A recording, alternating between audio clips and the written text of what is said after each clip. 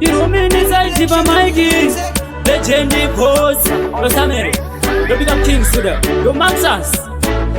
When this is a OG as you better, there's a zero chance on this energy is a mere. Mirandi good, depending good, as you said, letting the Gazia and the Capitans and a better. There is a zero good here, who's the Wangu. When you get it up with them, gets a Buru Zambu, but it down the book of Unilambas a picture. There's a Kanizira Manasana, which and the cheetah. Pirabaga and Ananasi, but I want to send a message good to see. Don't say, Panga, when it's in my meeting. Chirumini the Garden and Charlie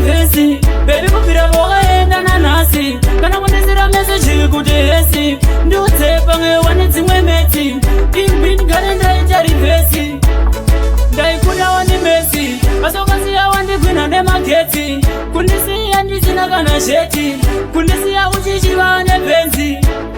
chandoziva upenyu ndewa Mwari uchandichiva rimwerezi wandaita mari kana kuda kuzouya kwandirinda nembiri nenge ndakuvavira kuita kunge mhiripiri kupira pawakaenda nanhasi kana kundisira meseji kuti yesi ndiudzepange wane dzimwe meti chirumini ndigare ndaita rivhesi bebi kupira pawakaenda nanhasi kana kundisira meseji kuti yesi ndiudzepange wane dzimwe meti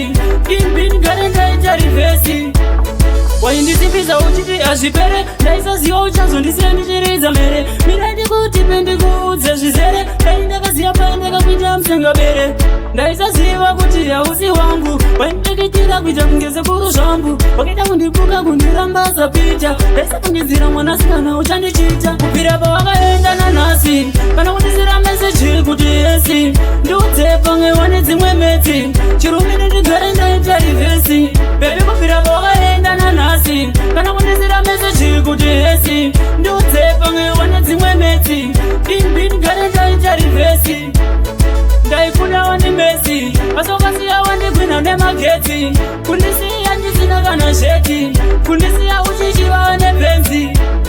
chandoziva upenyu ndewa Mwari uchandichiva rimwerezi wandaita mari kana kuda kuzouya kwandirinda nembiri nenge ndakuvavira kuita kunge mhiripiri kupira pawakaenda nanhasi kana kundisira meseji kuti yesi ndiudzepange wane dzimwe meti chirumini ndigare ndaita rivhesi bebi kupira pawakaenda nanhasi kana kundisira meseji kuti yesi